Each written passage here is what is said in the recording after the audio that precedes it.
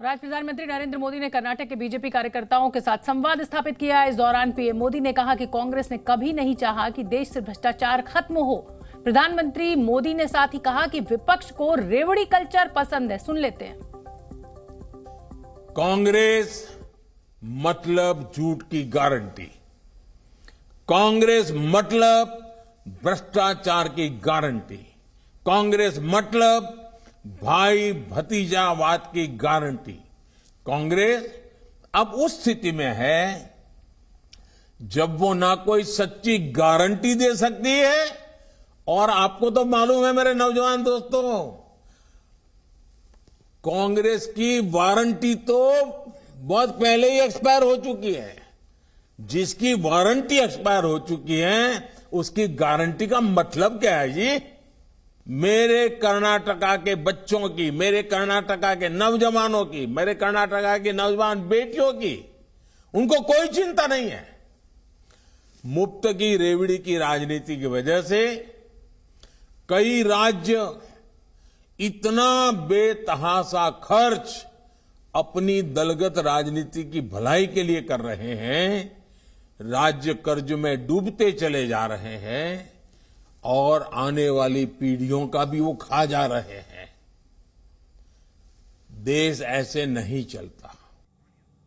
तो प्रधानमंत्री नरेंद्र मोदी को आपने सुना। आज उन्होंने ये संवाद अपने कार्यकर्ताओं के साथ कर्नाटक चुनाव से जुड़े हुए जितने भी लोग हैं उनके साथ स्थापित किया।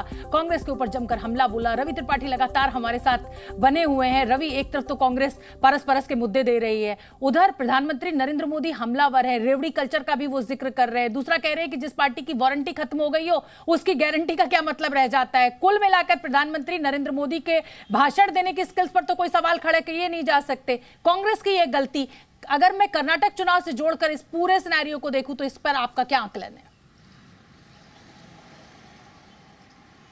नहीं, बिल्कुल देखिए, कर्नाटक चुनाव बिल्कुल टफ लड़ाई है।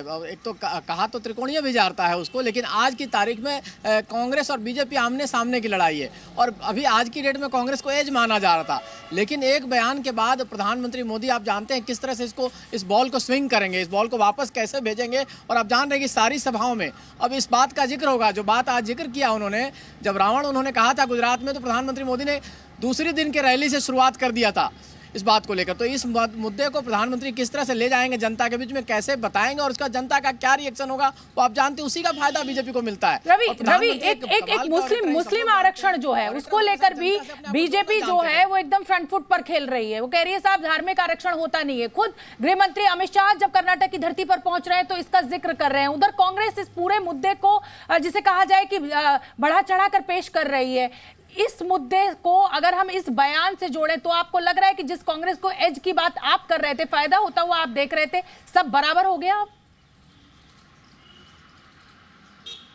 हाँ, बिल्कुल। देखिए, मैं अब तो रिजल्ट बताएगा कि क्या बराबर हुआ, लेकिन बीजेपी के आज की डेट में आप किसी से भी चर्चा कीजिए, किसी पॉलिटिकल आदमी से, किसी एनालिस्ट से, हर कोई मानेगा कि कांग्रेस ने एक बड़ी गलती कर दी। ये गलती करने का खामियाजा उसको भुगतना पड़ेगा। और अब डिपेंड करता है कि बीजेपी किस तरह से इस चीज़ों को लेकर जाएगी। आप जानते हैं कि बीजेपी का नेटवर्क कितना स्ट्रांग है। प्रधानमंत्री मोदी की बात को जनता तक पहुंचाने का जो उनका नेटवर्क है इतना कमाल का है, और इस तरह से फैलाएंगे कि इसके बाद से जनता में एक बार कहीं सोचने को जनता मजबूर होगी। जो आज की डेट में किसी और मुद्दे पर सोच रही होगी, मोदी के मुद्दे पर सोचना शुरू करेगी, और जब मोदी के मुद्दे पर सोचना शुरू करेगी तो कांग्रेस को नुकसान होगा। तो आज से लड़ाई अब शुरू हुई। एक्चुअल लड़ाई जो कांग्रेस की मानी और बीजेपी की और कर्नाटक चुनाव की, वो आज से शुरू हुई है। और शायद रवि, इसी गलती का इंतजार बीजेपी लगातार कर रही थी। बीजेपी के तमाम नेता इसी गलती का इंतजार कर रहे थे। एक होता है पैर पे कुल्हाड़ी मारना और एक होता है कुल्हाड़ी पर पैर रख देना, और अब बीजेपी की बल्ले बल्ले है। कुल मिलाकर आप ये कह रहे हैं? बिल्कुल बिल्कुल। देखिए, बीजेपी के लिए तो चांस मिल गया ना।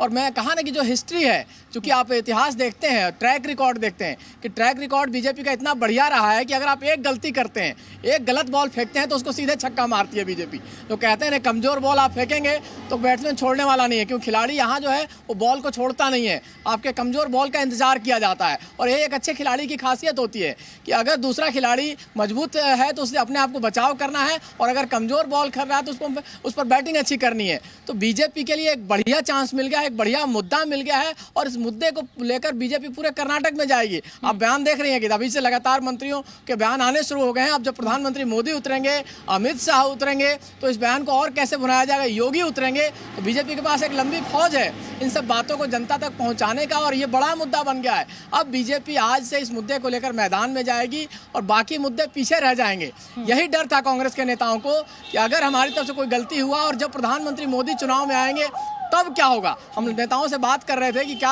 आपको क्या लग रहा है कि आप जीत को लेकर आश्वस्त हैं, क्योंकि चर्चा हो रही है कि कांग्रेस को एज है, लेकिन उनको इस बात का डर था कि मोदी के जाने से पहले और मोदी के जाने के बाद कर्नाटक में हालात बिल्कुल अलग होंगे और आज उसी बात की चर्चा होनी शुरू हो गई है।